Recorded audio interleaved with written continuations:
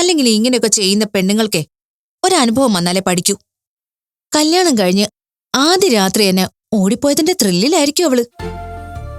പക്ഷെ താലി കെട്ടിയൊരു മനുഷ്യനുണ്ടല്ലോ, അയാളുടെ അവസ്ഥ അവള് ചിന്തിക്കു പോലും ഉണ്ടാവില്ല. ജീവനെ എനിക്ക് പരിചയമുണ്ടെങ്കിൽ ഞാൻ പറഞ്ഞേനെ. ചേച്ചി തേട്ടം വരുമ്പോ പറയോ? വേണമെങ്കിൽ പറയാം. വേണ്ട ചേച്ചി, നമുക്ക് വേണ്ടപ്പെട്ട ഒരാളോട് നമുക്ക് കുറച്ച് സ്വാർത്ഥതയൊക്കെ ഉണ്ടാവില്ലേ? അതിന് വേറൊരർത്ഥത്തിന്റെ ആവശ്യമില്ലല്ലോ. അതുപോലെയുള്ളൂ ജീവൻ സാറിന്റെ കാര്യത്തിൽ എനിക്കും. എനിക്ക് വല്ലാത്ത നാണക്കേടാ തോന്നിയേ. അവര് പറഞ്ഞ കാര്യത്തിന്റെ പിന്നാലെ സാർ ഇറങ്ങാൻ തീരുമാനിച്ചപ്പോ എന്തോരം മുഷിച്ചില്.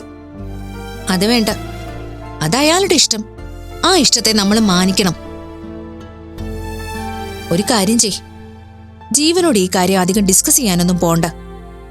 പിന്നെ അയാൾ എന്തെങ്കിലും പറഞ്ഞാ നീ വല്ലാണ്ടായി പോവും. അന്ന് വഴി ചോദിച്ചപ്പോഴേ ഇതാണ് സംഭവം എന്ന് അവര് പറഞ്ഞിരുന്നെങ്കിലേ അവരാ വഴിക്ക് ഓടിച്ചേനെ. വല്ലാതെ രോഷം കൊള്ളലടി. ഒരാളോട് ഇതൊക്കെ പറഞ്ഞപ്പോ മനസ്സിലൊരാശ്വാസം. മനസ്സിലുള്ളത് പറഞ്ഞു തീർന്നല്ലോ. അപ്പൊ ഇനി പഠിച്ചാലും തലേ കയറും. ഇരുന്ന് പഠിക്കാൻ നോക്ക്.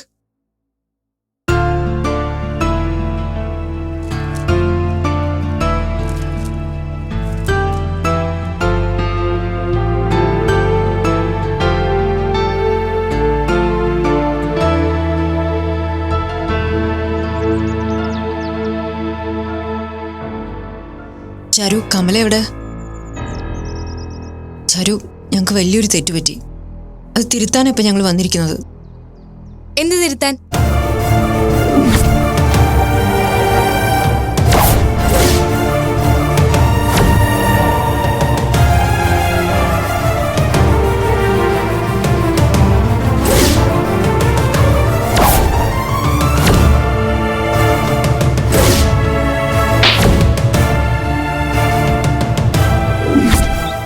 ഇതാണ് യഥാർത്ഥത്തിൽ ഉണ്ടായത്.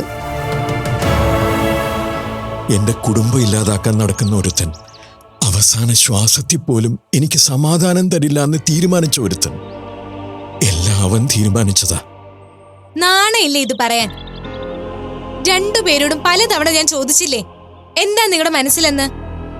അത് എത്ര കഠിനമായാലും അത് ക്ലിയർ ചെയ്യാൻ ഞാൻ പറഞ്ഞതല്ലേ, ചെയ്തോ? ചാരു പ്ലീസ്, ഒരാൾ ഇങ്ങനെ പറഞ്ഞു വിശ്വസിപ്പിക്കുമ്പോ നിങ്ങൾ വിശ്വസിക്കുമല്ലേ?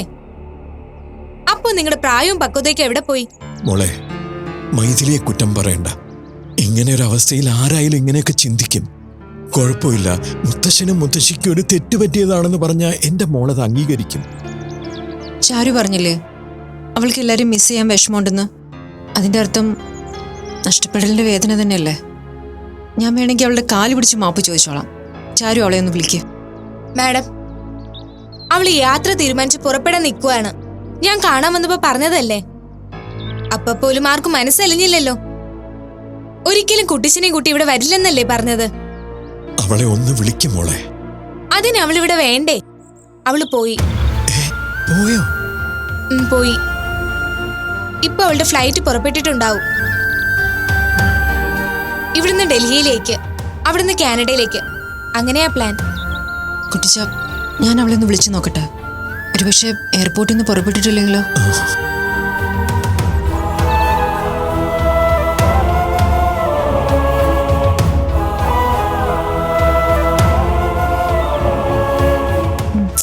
കിട്ടുന്നില്ല. കിട്ടില്ല. ഫ്ലൈറ്റിൽ കയറുന്നതിന് മുൻപ് അവൾ എന്നെ വിളിച്ചിരുന്നു. അവിടുന്ന് തിരിച്ചു വന്ന നിമിഷം മുതൽ അവൾ കരച്ചിലായിരുന്നു. ഒരു നേരം പോലും അവൾ ശരിക്കും ഭക്ഷണം കഴിച്ചിട്ടില്ല. അതറിയോ? ഞാൻ ചെന്നൊന്ന് അടുത്തിരുന്നാ മതി, അപ്പൊ മുത്തശ്ശന്റെ കാര്യം, മുത്തശ്ശിയുടെ കാര്യം, യാമിയുടെയും യദുക്കുട്ടന്റെയും അതിങ്ങനെ മാറി മാറി പറഞ്ഞുകൊണ്ടേയിരിക്കും. അത്രയ്ക്ക് അവളുടെ ഉള്ളിൽ ഉണ്ടായിരുന്നു നിങ്ങളൊക്കെ. ആ അവളെയാണ് എല്ലാരും കൂടി. എന്റെ ദൈവമേ, നമ്മളിനി എന്ത് ചെയ്യും? കുട്ടിച്ച, ഡൽഹിയിലെത്തുമ്പോ കമല ചാരുവിനെ വിളിക്കും. ചാരു, കമലോട് കാര്യങ്ങളൊക്കെ ഒന്ന് വ്യക്തമായിട്ട് സംസാരിക്കണം. കമലോട് തിരിച്ചു വരാൻ പറയണം. എനിക്ക് പ്രതീക്ഷയില്ല. എന്റെ കോൾ അവൾ എടുക്കുമോന്ന് പോലും അറിയില്ല. അവൾ നിങ്ങളെ കൈവിട്ട് കളഞ്ഞു, അതാണ് സത്യം. പുതിയ തലമുറയിലെ പെൺകുട്ടികളെ കുറിച്ച് നിങ്ങളുടെ തോന്നലുകളൊക്കെ വിചിത്രമാ. ഞങ്ങൾ ബന്ധങ്ങൾ വിൽക്കും, ബന്ധങ്ങളെ ചതിക്കും. അങ്ങനെയൊക്കെയല്ലേ? നിങ്ങൾക്കൊന്നും ഞങ്ങളുടെ മനസ്സറിയില്ല. ഞങ്ങളെക്കുറിച്ച് നിങ്ങൾ വേദനിക്കുന്നത് പോലെ നിങ്ങളെക്കുറിച്ച് ഞങ്ങളും വേദനിക്കുന്നുണ്ട്.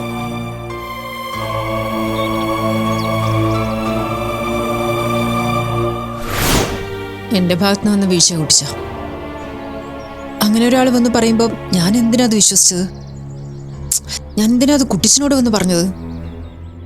സാരംഗി ഇങ്ങനെ ഒരു ചതി ചെയ്യുന്ന ഞാൻ സ്വപ്നത്തിൽ പോലും വിചാരിച്ചില്ല. അയാൾക്കിതൊക്കെ ഒരു രസമാണ്, നമ്മളെ ഇങ്ങനെ ജീവനോട് കൊല്ലുന്നത്. നീ വെറുതെ സ്വയം കുറ്റപ്പെടുത്തണ്ട മോളെ. ആ രേണുക എന്ന സ്ത്രീ നിന്നെ കാണാൻ വന്നുകൊണ്ട് മാത്രം നീ കുറ്റക്കാരിയാവുന്നില്ലല്ലോ. ഒരു പക്ഷെ അവരെ എന്നെയാണ് കാണാമെന്നതെങ്കിലോ ഞാൻ വിശ്വസിക്കില്ലേ? അതിനനുസരിച്ച് പെരുമാറില്ലേ? നിന്നോട് കുട്ടിച്ചനും വിഷമമൊന്നുമില്ല. എന്നാലും അവള് പോയില്ലേ കുട്ടിച്ച? എങ്ങോട്ട് പോയി? ഈ ഭൂമിയിൽ എവിടെയെങ്കിലും തന്നെ ഉണ്ടാവില്ലേ? അവൾ എവിടെ പോയാലും ചാരുവിനെ വിളിക്കും. നമുക്ക് അത് കഴിഞ്ഞിട്ട് വിളിച്ച് സംസാരിക്കാം. നീ സമാധാനമായിട്ടിരിക്കേ. മനസ്സ് സമ്മതിക്കുന്നില്ല. ആ കുട്ടി എന്നോട് കരഞ്ഞു പറഞ്ഞതാ. അവള് യദുവിനെ കണ്ടു. ലക്ഷ്മിയമ്മയെ രണ്ടാമതും കാണാൻ വന്നു. അവിടെയൊക്കെ നമ്മൾ ക്രൂരത കാണിച്ചു. അവൾക്ക് പ്രിയപ്പെട്ട കുറെ കാഴ്ചകൾ കാണിച്ചു കൊടുത്തിട്ട് അച്ഛനും അമ്മയില്ലാത്ത കുട്ടിയെ ഒരു ദിവസം ആട്ടിപ്പുറത്താക്കി. ഈ ജന്മം അതിന്റെ വേദന മാറില്ല കുട്ടിച്ച. കമല പോയതിനേക്കാൾ എന്നെ വേദനിപ്പിക്കുന്നത് നിന്റെ ഈ പറച്ചിലാ. മോളെ, ഒരു അബദ്ധം പറ്റി, എനിക്കും നിനക്കും. ലക്ഷ്മി എന്നോട് ആവർത്തിച്ച് പറഞ്ഞൊരു കാര്യമുണ്ട്. എന്റെ മുന്നിൽ ഒരു പെൺകുട്ടി നിന്ന് കരഞ്ഞാൽ അത് സത്യമാണോ അല്ലയോ എന്ന് എനിക്ക് തിരിച്ചറിയാൻ പറ്റും കുട്ടിച്ചാന്ന്. ഞാനപ്പോ പരിഹസിച്ചു, നന്നായി തന്നെ പരിഹസിച്ചു. ഈ അമ്മമാരുടെയൊക്കെ മനസ്സിലൊരു സത്യമുണ്ടല്ലോ, അതാ അങ്ങനെയൊക്കെ പറയിപ്പിച്ചത്. ലക്ഷ്മിയമ്മയുടെ മുമ്പിലേക്ക് വരാൻ എനിക്കിനി മടിയാ. അത് നീ അവളോട് ചെയ്യുന്ന കൊടും ക്രൂരതയാ. നീ വരണം. നീ കാര്യങ്ങൾ പറഞ്ഞു മനസ്സിലാക്കും പോലെ ലക്ഷ്മിയെ പറഞ്ഞു മനസ്സിലാക്കാൻ വേറെ ആർക്കും പറ്റില്ല. അമ്മയ്ക്ക് നീ ഒരു വാക്ക് കൊടുത്താൽ മതി. കുറച്ചു നാള് കഴിഞ്ഞിട്ടായാലും കമലയെ തിരിച്ചു കൊണ്ടുവന്ന് മുന്നിൽ നിർത്താമെന്ന്. അവള് കാത്തിരുന്നോളും. കുറച്ചു നാള് ജീവിക്കാനുള്ള മരുന്നും മന്ത്രമൊക്കെ ആയിട്ട് അത് മതി. കുട്ടിച്ച, നമ്മൾ ഈ ജീവിതയാത്രയിൽ അങ്ങനെ പോയിക്കൊണ്ടിരിക്കുമ്പോ ഇടയ്ക്ക് കാലക്കൊന്ന് വഴുതും. അത് തിരിച്ചെടുത്ത് പിന്നെയും നടക്കില്ലേ?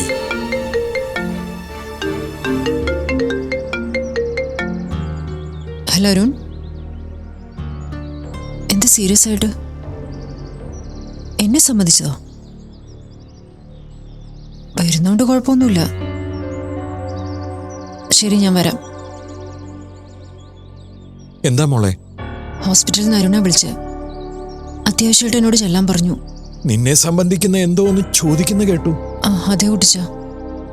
എന്നെ ബാധിക്കുന്ന എന്തോ ഒരു കാര്യമാണ്. കുറച്ച് സീരിയസ് ആന്നൊക്കെ പറഞ്ഞു.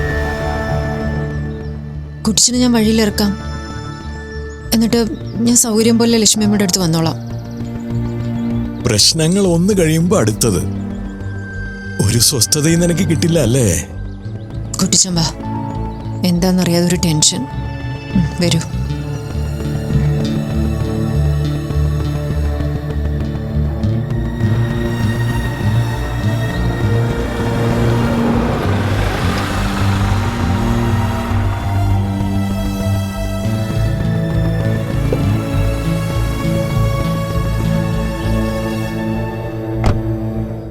ഞാൻ നിന്നോട് ഹോസ്പിറ്റലിലേക്ക് വരാമെന്നല്ലേ പറഞ്ഞത്? പിന്നെ പെട്ടെന്ന് എന്താ ഇങ്ങോട്ട് മാറ്റിയേ? മാം ഇപ്പോൾ ഹോസ്പിറ്റലിലേക്ക് വന്നാൽ ശരിയാവില്ല. എന്താ കാര്യം? കഴിഞ്ഞ ദിവസം മാഡം വീട്ടിൽ ആർക്കെങ്കിലും ചികിത്സ നടത്തിയിരുന്നു. ആ, ഒട്ടും വയ്യാത്തൊരു സ്ത്രീയും കൂട്ടി ഒരാൾ വന്നിരുന്നു. അവരെന്തോ യാത്രയിലാന്നാ പറഞ്ഞത്. ഓൾറെഡി ബ്രീത്തിങ് പ്രോബ്ലം ഉണ്ടായിരുന്നു അവർക്ക്. എന്നിട്ട് എന്ത് മരുന്നാ കൊടുത്തത് അവർക്ക്? ടിയോഫ്ലിൻ. പിന്നെ അവരുടെ ഇൻഹേലർ തീർന്നിരുന്നു, അത് വാങ്ങിക്കാനും പറഞ്ഞു. തിരിച്ചു പോകുമ്പോൾ ഹോസ്പിറ്റലിൽ കയറാനും പറഞ്ഞു. ഇപ്പം എന്താ, അവർ നിന്റെ ഹോസ്പിറ്റലിൽ വന്നോ? അവർ ഹോസ്പിറ്റലുണ്ട്, പക്ഷെ അവർ പറയുന്ന കഥ വേറെയാണ്. എന്തു പറ്റി? മാം, അവർക്കിപ്പോൾ ഒരു അലർജി പ്രോബ്ലം ഉണ്ട്. മാമിൻ്റെ ചികിത്സാ പിഴവാണെന്നാണ് അവരുടെ ആരോപണം. ചികിത്സ പിഴവോ? നീ എന്തൊക്കെയാ പറയുന്നത്? അവരുടെ കൂടെ അവരുടെ ഭർത്താവില്ലേ സ്റ്റീഫൻ? അയാളൊരു പാവാ. അത് മാമിൻ്റെ തോന്നലാ. എന്താ പറ്റിയെന്ന് അറിഞ്ഞൂടല്ലോ. എന്നാ ഒരു കാര്യം ചെയ്യാം, നമുക്ക് ഹോസ്പിറ്റലിലേക്ക് പോവാം. വേണ്ട, ഞാൻ സ്റ്റീഫനോടും അയാളുടെ ഒരു ബന്ധുവിനോടും കൂട്ടി ഇങ്ങോട്ട് വരാൻ പറഞ്ഞിട്ടുണ്ട് മാമിനെ കാണാൻ. ഇതിൻ്റെയൊക്കെ ആവശ്യം എന്താടാ? ഞാൻ ഹോസ്പിറ്റലിൽ വന്ന എന്താ കുഴപ്പം? അത് ഈ കാണാൻ വരുന്നവരെ കണ്ടു കഴിയുമ്പോൾ മാമിന് മനസ്സിലാവും. എന്തോ ഒരു കാര്യമുണ്ട് മാം, അതൊരു നോർമൽ കേസായിട്ട് എനിക്ക് ഫീൽ ചെയ്യുന്നില്ല. എനിക്ക് നീ പറയുന്നൊന്നും മനസ്സിലാവുന്നില്ല. ഇപ്പൊ അവർക്ക് എങ്ങനെയുണ്ട് ലില്ലിക്ക്? അവരുടെ കണ്ടീഷൻ അല്പം കുഴപ്പം പിടിച്ചതൊന്നുമല്ല, പക്ഷേ മാമിൻ്റെ പേര് അതിലുള്ളത് കൊണ്ട് തന്നെ ഞാൻ പ്രത്യേകം കെയർ കൊടുക്കുന്നുണ്ട്. ഈ കാലത്ത് ഒരു ഉപകാരം പോലും ചെയ്യാൻ പറ്റില്ല എന്ന് വെച്ചാ എന്ത് കണ്ടീഷനിൽ അവരെന്റെ മുമ്പിൽ വന്ന് കയറിയെന്നറിയോ നിനക്ക്? അത് തന്നെയാ കുഴപ്പം. മാം ഒരു ഡോക്ടറല്ലേ, ഡോക്ടറിന് ഒരു എത്തിക്സ് ഇല്ലേ, അതിനനുസരിച്ച് പ്രവർത്തിക്കണ്ടേ എന്നൊക്കെയാണ് അവർ ചോദിക്കുന്നത്. ആ ഇത് അവർ വന്നു.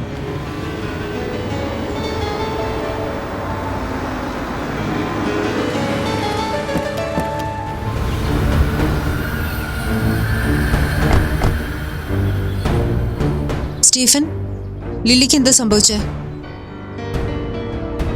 നിങ്ങൾ എന്നെ കുറിച്ച് എന്തൊക്കെയോ പറഞ്ഞു എന്നൊക്കെ അറിഞ്ഞു. വാ തുറന്നങ്ങ് പറയളയാ, മിണ്ടാതിരിക്കാനാണോ നമ്മളിങ്ങോട്ട് വന്നത്? ഞാൻ ലില്ലിയുടെ ആങ്ങളെയാ. എൻ്റെ പൊന്നു ഡോക്ടറെ, നിങ്ങൾ പണിയും മതിയാക്കി വീട്ടിൽ ഇരിക്കാനാണെങ്കിൽ പാവങ്ങളോട് ഈ ചതി ചെയ്യേണ്ട കാര്യമുണ്ടോ? നിങ്ങളുടെ പേരെന്താ? തങ്കച്ചൻ. മിസ്റ്റർ തങ്കച്ചൻ, ആദ്യം ഞാൻ സ്റ്റീഫനോട് കാര്യം എന്താണെന്ന് ചോദിച്ച് മനസ്സിലാക്കട്ടെ. അത് കഴിഞ്ഞിട്ട് മതി നിങ്ങളുടെ വിമർശനമൊക്കെ. സ്റ്റീഫൻ പറയേ. എന്ത് പറയാനാ? ഡോക്ടർ തന്ന മരുന്ന് കഴിച്ചിട്ട് ഇതുവരെ പിന്നെ അവൾ എണീറ്റിട്ടില്ല. അതിന് അങ്ങനെ പ്രശ്നമുള്ള മരുന്നൊന്നും ഞാൻ തന്നിട്ടില്ലല്ലോ. ഇപ്പൊ ചികിത്സിക്കുന്നത് ഡോക്ടർ അരുണല്ലേ? അരുണിന് അതറിയാം. അരുൺ ഡോക്ടറിന് മേഡത്തെ അറിയാമെന്ന് പറഞ്ഞപ്പോൾ തന്നെ ഞങ്ങൾക്ക് സംശയം തോന്നിയതാ. അല്ല ഡോക്ടറെ, ഇത് പറഞ്ഞൊതുക്കാൻ വേണ്ടിയാണോ ഞങ്ങളെ ഇങ്ങോട്ട് വിളിപ്പിച്ചത്? മിസ്റ്റർ തങ്കച്ചൻ, ഹോസ്പിറ്റൽ അറ്റ്മോസ്ഫിയറിൽ ഇങ്ങനെ ഒരു തർക്കം വേണ്ടെന്ന് കരുതി, അതുകൊണ്ടാണ്. എൻ്റെ പൊന്നു ഡോക്ടറെ, എൻ്റെ പെങ്ങൾക്ക് എന്തെങ്കിലും പറ്റിയ ഞങ്ങൾ കേസ് കൊടുക്കും. നിങ്ങൾ എന്തൊക്കെയാ പറയുന്നത്? മിസ്റ്റർ സ്റ്റീഫൻ, നിങ്ങളൊന്ന് വായ തുറന്ന് സംസാരിക്കേ. അന്ന് രാത്രി എൻ്റെ വീട്ടിൽ വന്ന് കയറിയപ്പോൾ നിങ്ങൾ പറഞ്ഞ രീതികളൊന്നും അല്ലല്ലോ ഇപ്പൊ ഈ കാണുന്നത്. അന്ന് എൻ്റെ പെങ്ങൾ ചാവം കിടക്കായിരുന്നല്ലോ, ഇതിപ്പോ അങ്ങോട്ടോ ഇങ്ങോട്ടൊന്നല്ലേ? മിസ്റ്റർ തങ്കച്ചൻ, അത്രമാത്രം പ്രോബ്ലം ഒന്നും ലില്ലിക്കില്ല. ഉണ്ടെങ്കിലും നിങ്ങളത് പറയില്ലല്ലോ. ദേ മൈഥിലി ഡോക്ടറെ, ഉള്ള കാര്യം ഞാനങ്ങ് പറഞ്ഞേക്കാം. എൻ്റെ പെങ്ങൾക്ക് എന്തെങ്കിലും പറ്റിയ വളച്ചും തിരിച്ചൊന്നും ഞാൻ പറയുന്നില്ല, കുടുംബത്ത് കയറി ഞാൻ വിട്ടു. ഇപ്പോഴായി മിനുങ്ങുന്ന കുപ്പായത്ത് ഞാൻ കയറിയത്. പണ്ടേ മാർക്കറ്റിൽ ഒരുപാട് ചുമടെടുത്ത കൈക്കും കാലിനും ഒക്കെ നല്ല ഉറപ്പുണ്ട്. വാളയാ.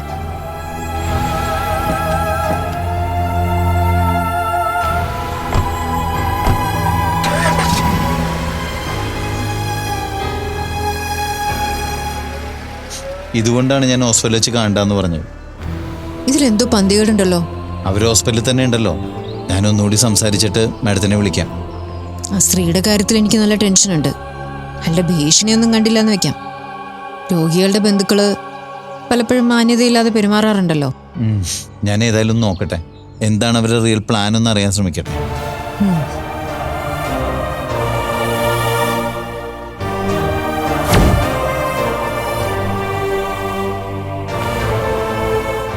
അവർക്ക് അരുണിന്റെ ഹോസ്പിറ്റലിൽ തന്നെ പോകാൻ തോന്നിയാൽ നന്നായി.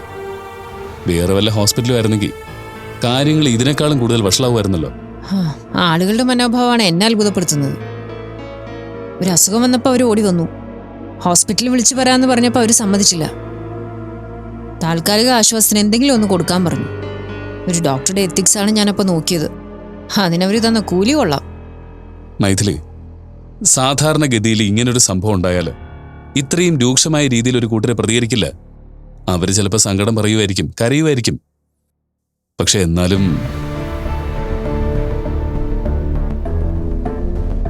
ഇതൊരു ട്രാപ്പാണോ? എല്ലാവർക്കും വ്യക്തമായിട്ടറിയാം ഡോക്ടർ മൈഥിലിക്ക് ഈ സമൂഹത്തിലുള്ള പേര്. തന്നെ തകർക്കാൻ ഏറ്റവും എളുപ്പം ആ പേരില്ലാതാക്കുന്നതാണല്ലോ. അതിനാരെങ്കിലും ശ്രമിച്ചതാണെന്നാ എന്റെ ഡൗട്ട്. ഈ സ്റ്റീഫനും ലില്ലിയും ഞാൻ ആദ്യമായിട്ടാണ് കാണുന്നത്. അവർക്ക് വേറെ കണക്ഷൻസ് ഉള്ളതായിട്ടൊന്നും അറിഞ്ഞൂടാ. പിന്നെ അത്തരത്തിൽ സംശയിക്കാന്നൊക്കെ പറഞ്ഞാൽ രഞ്ജിത്ത് പറഞ്ഞതിലും കാര്യമുണ്ടോ. പ്രത്യക്ഷത്തിൽ താൻ ഒരു ശത്രുവിനെ മാത്രമേ കാണുന്നുള്ളായിരിക്കും. പക്ഷെ അതിനേക്കാൾ പകയോടെ ഒരുത്തി ജയിലിൽ കിടക്കുന്നുണ്ട്, മായാമഹേശ്വരി. അവള് പറയുന്നതൊക്കെ അനുസരിക്കാൻ അവളുടെ അനന്തരവനുണ്ട്, രാഹുൽ. അവനാണെങ്കിൽ തന്നോട് മാത്രമല്ല, നേരിട്ടോ അല്ലാതെയോ തന്നോട് ബന്ധമുള്ള എല്ലാവരോടും പകയാ. ഇപ്പൊ നമ്മൾ ആ വഴിക്കൊന്നും ചിന്തിക്കണ്ട. തൽക്കാലം കുഴപ്പങ്ങളൊന്നും ഉണ്ടാവാതിരുന്നാ മതി.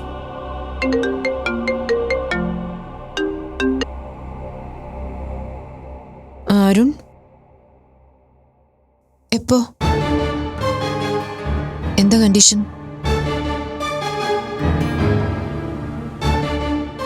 ശരി, ഞാൻ ഉടനെ വരാം അങ്ങോട്ട്.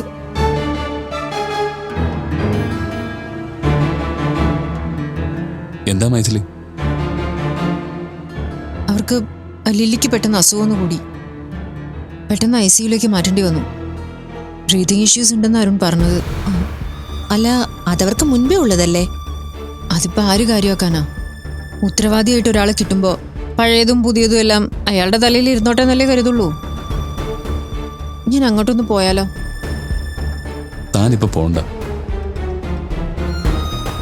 താനിപ്പോ അവിടെ ചെന്നാലേ സിറ്റുവേഷൻ പ്രശ്നമാവും. നോ രഞ്ജിത്ത്, എനിക്ക് പോയേ പറ്റൂ. എന്നെ കൊണ്ട് ചെയ്യാവുന്നത് ചെയ്തേ പറ്റൂ. വരുന്നത് വരട്ടെ. മൈഥിലി പ്ലീസ്, പറയുന്ന കേൾക്ക്. ഇപ്പൊ താൻ അവിടെ സ്റ്റീഫനെ ലില്ലിയെ മാത്രമേ കണ്ടുള്ളൂ. അവരുടെ കണ്ടീഷൻ മോശമായി എന്ന് പറയുമ്പോ അവരുടെ ബന്ധുക്കളൊക്കെ വരും. അവരൊക്കെ ഏത് രീതിയിലാ പെരുമാറുന്നതെന്ന് ഊഹിക്കാൻ പോലും പറ്റില്ല. എന്തെങ്കിലും സംഘർഷം ഉണ്ടായാൽ അത് പിന്നെ വാർത്തയാവും. ആ വാർത്തയെ പൊക്കിപ്പിടിച്ച് നടക്കാൻ കുറെ പേരും ഉണ്ടാവും. ഞാൻ ഇവിടെ ഇരുന്നാലും അതൊരു വാർത്തയാവില്ലേ? മൈഥിലി ഇവിടെയാണ് ഇരിക്കുന്നതെങ്കിൽ വാർത്ത വേണ്ടവര് ഇവിടെ തേടി വരണ്ടേ? അല്ലെങ്കിൽ പടച്ചുണ്ടാക്കട്ടെ. അവിടെ ചെന്നാലോ എന്തെങ്കിലും സംഘർഷം ഉണ്ടായാൽ അവരത് പകർത്തും. ഇഷ്ടമുള്ള ക്യാപ്ഷൻസും കൊടുക്കും. സോഷ്യൽ മീഡിയയിൽ അത് നിറഞ്ഞു കളിക്കും. താൻ എന്താണോ പേടിച്ചത് അതൊക്കെ തന്നെ സംഭവിക്കും. മൈഥിലി പോണ്ട. അരുണിനെ വിളിച്ച് കൃത്യമായിട്ട് കാര്യങ്ങൾ തിരക്കിയാൽ മതി. എന്നിട്ട് ചെല്ലേണ്ട അത്യാവശ്യം ഉണ്ടെങ്കിൽ ഞങ്ങൾ വരാൻ തന്റെ കൂടെ. എന്താ രഞ്ജിത്ത്? അത് മതി. അരുണൊന്ന് വിളിച്ച് പറഞ്ഞേക്ക് ചെല്ലുന്നില്ലെന്ന്. ഒരു കാര്യത്തിൽ നിന്നും പേടിച്ചോടരും തീരുമാനിച്ചിട്ട് ഇതിപ്പോ... പേടിക്കേണ്ടതിനെ പേടിക്കണം. എടുത്തു ചാട്ടം കൊണ്ട് ഒന്നും നേടാനില്ലല്ലോ. ഇതിനകത്ത് ആരെങ്കിലും ഒരാൾ കളിക്കുന്നുണ്ടെങ്കിൽ നമ്മൾ സൂക്ഷിച്ച് ഇടപെടാൻ പാടുള്ളൂ.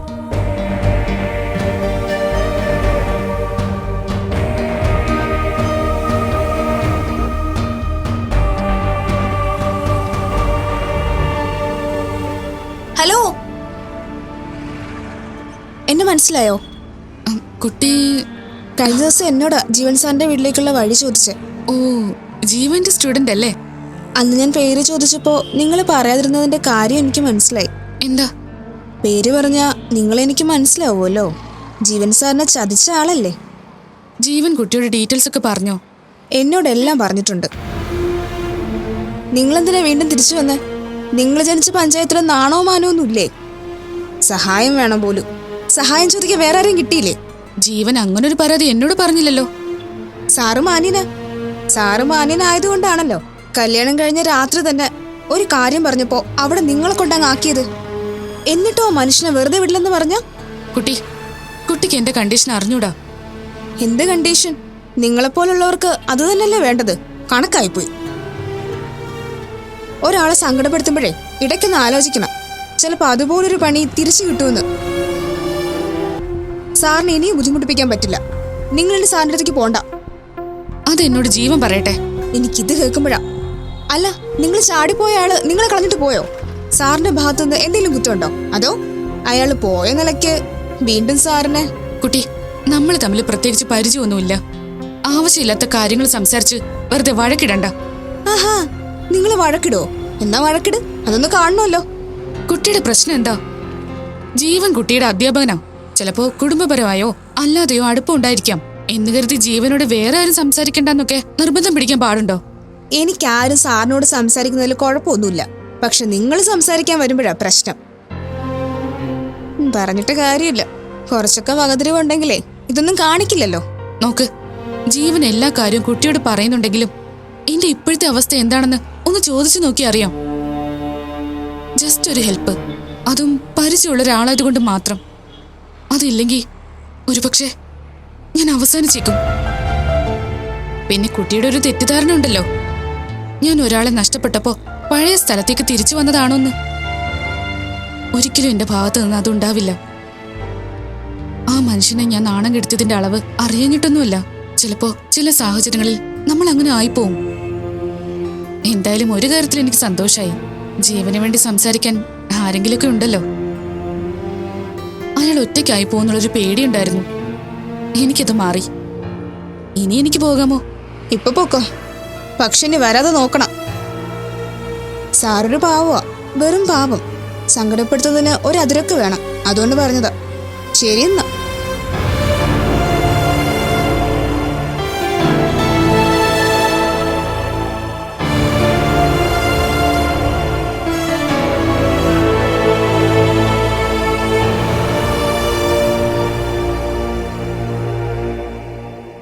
അരുൺ എന്താ പറഞ്ഞത്? ഞാൻ അങ്ങോട്ട് ചെല്ലണ്ടെന്ന് തന്നെ അവനും പറഞ്ഞത്. നന്നായി. തൽക്കാലം ഈ പ്രശ്നം അരുൺ ഹാൻഡിൽ ചെയ്യട്ടെ. അയാളുടെ ഒരുപാട് കാര്യങ്ങൾ മൈഥിലി ഹാൻഡിൽ ചെയ്തിട്ടുണ്ടല്ലോ.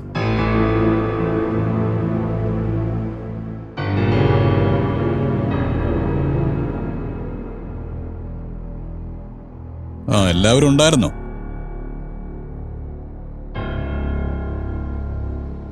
എന്താ മിസ്റ്റർ രഞ്ജിത്ത്, ആർക്കെങ്കിലും സെക്യൂരിറ്റി ആണോ? സെക്യൂരിറ്റിയോ? പുറത്ത് ചില വാർത്തകളൊക്കെ പറഞ്ഞു കേൾക്കുന്നു. കൈപുണ്യം കൊണ്ട് പ്രസിദ്ധയായ ഡോക്ടർ മൈഥിലി ആരെയോ മരുന്ന് തെറ്റിക്കൊടുത്ത് കൊല്ലാൻ ശ്രമിച്ചു.